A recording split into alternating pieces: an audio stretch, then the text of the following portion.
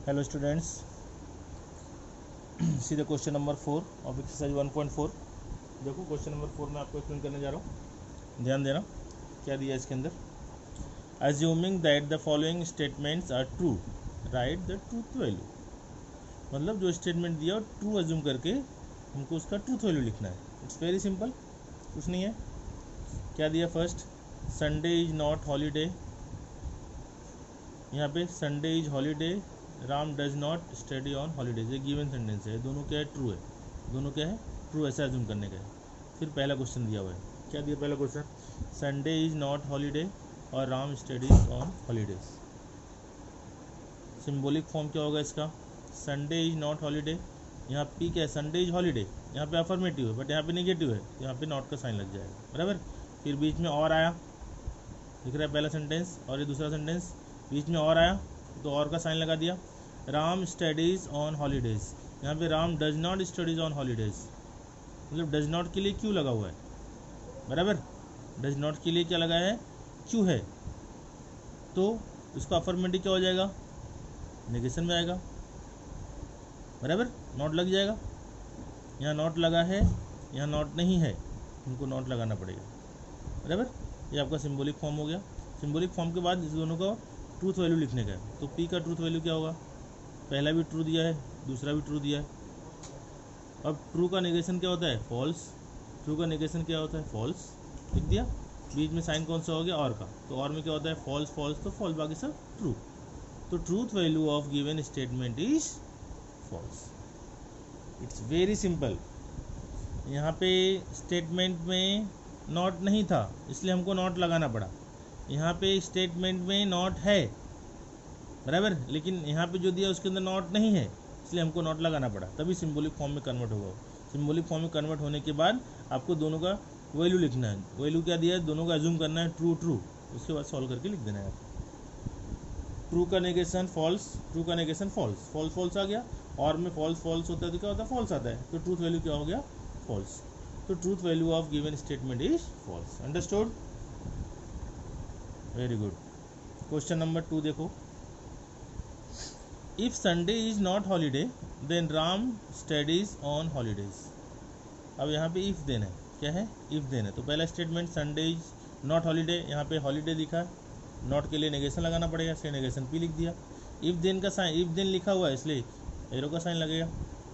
Ram studies on holidays, बराबर, यहाँ पे अफर्मेटिव है बट यहाँ पे स्टेटमेंट में डज नॉट लिखा हुआ है, नेगेटिव है, इसलिए नॉट अज्यूम करना पड़ेगा, नेगेशन का साइन लगाना पड़ेगा। ओके, दोनों का नेगेशन। अब दोनों का ट्रूथ वैल्यू रखो। ट्रूथ वैल्यू क्या हो जाएगा, ट्रूथ वैल्यू पी ट्रू है, क्यू भी ट्रू है, राइट। तो ट्रू का नेगेशन फॉल्स, ट्रू का नेगेशन फॉल्स, बराबर।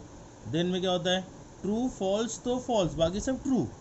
यहाँ पे दोनों एफ एफ दिया हुआ है तो आंसर ऑटोमेटिक क्या आएगा, ट्रू आएगा, क्योंकि टेबल में हमने यही सीखा हुआ है, ट्रू फॉल्स रहेगा तो ही ट्रू आएगा, फॉल्स होएगा, अदर सॉरी ट्रू फॉल्स रहेगा तो फॉल्स आएगा, बाकी सब में क्या होगा, true. True false then false, ये कंडीशन है, अदरवाइज क्या होगा, ट्रू। तो यहाँ पे क्या आ गया, ट्रू। तो the truth value of given statement is true, ऐसा आपको लिखना है। Third one, Sunday is holiday and Ram studies on holidays. यहाँ पे संडे इज हॉलीडेज सीधा सीधा दिया है, राम स्टडीज ऑन हॉलीडेज ये सीधा दिया है, लेकिन यहाँ पे उसका ट्रूथ वैल्यू क्या है, नेगेशन में है, तो नेगेशन क्यों लिखना पड़े, तभी ट्रूथ वैल्यू इसका सिंबॉलिक फॉर्म सही होगा। तो ट्रूथ वैल्यू के लिए वैल्यू रखना पड़ेगा। पहला स्टेटमेंट ट्रू है, क्यू भी ट्रू है, ये यहाँ साइन कुछ नहीं था, टी टी ही रहेगा, एंड ही रहेगा। एंड क्यों लगाया, क्योंकि एंड दिया हुआ है, बराबर, एंड से ऐड किया हुआ है इसको, इसलिए एंड का साइन। ट्रू का नेगेशन क्या हो जाएगा, फॉल्स। एंड में क्या होता है, टी टी तो टी, बाकी सब फॉल्स, यहाँ पे टी और एफ है इसलिए क्या हो गया, false. The truth value of given statement is false. समझा बच्चा लोग, बहुत ही आसान क्वेश्चन है, आपको ट्रूथ वैल्यू लिखना है। ये आपको तभी समझेगा जब आप अच्छे से प्रैक्टिस करोगे इसका, राइट। अब क्वेश्चन नंबर 5, ये लास्ट क्वेश्चन है, देख लो। वर्बल स्टेटमेंट लिखना है, मतलब इसको सिंबॉलिक फॉर्म में दिया, इसको वर्बल फॉर्म में लिखना है, समझा, स्टेटमेंट में लिखना है। वर्बल मतलब स्टेटमेंट में आपको लिखना है। क्या दिया हुआ है, ही स्विम्स, पी है, पी को अज्यूम किया ही स्विम्स, और क्यू है वाटर इज वार्म, बराबर। अब दिया क्या symbolic form, P if and only if negation Q. अब कैसे लिखोगे इफ देन का, इफ एंड ओनली इफ बीच में आता है हमेशा, तो पहले पी का स्टेटमेंट क्या है, ही स्विम्स लिखोगे, ही स्विम्स, ये साइन के लिए क्या आएगा, देख लो वापिस, give the verbal statement, P he swims, और क्यू क्या है, वाटर इज वार्म, ये इसका स्टेटमेंट दिया हुआ है। इसको सिंगल, दोनों अलग अलग है, सिंगल करना है, कंपाउंड बनाना है, वर्बल बनाना है। तो ही स्विम्स, ये साइन के बदले क्या आएगा, if and only if, negation आया, water is not warm, negation के लिए नॉट लगा दिया, वाटर इज नॉट वार्म, क्यों है क्या, वाटर इज वार्म, लेकिन नेगेशन साइन था इसलिए वाटर इज नॉट वार्म, बस, और कुछ नहीं लिखना है। दूसरा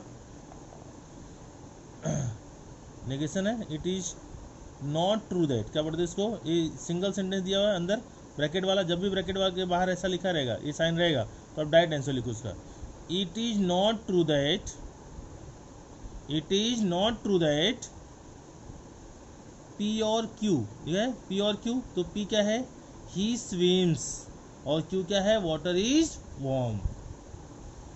it is not true that he swims और वाटर इज वार्म, ये परफेक्ट आंसर है इसका। It is not true that he swims और वाटर इज वार्म, ये पूरा ऐसे कैसे लिखना पड़ेगा आपको, तो आंसर सही माना जाएगा। तीसरा, क्यू देन पी, तो पहले क्यू वाला स्टेटमेंट, देन है तो इफ पहले लगाना पड़ेगा, बराबर। If water is warm, if water is warm, फिर साइन में देन पी का है, ही स्विम्स, ही स्विम्स।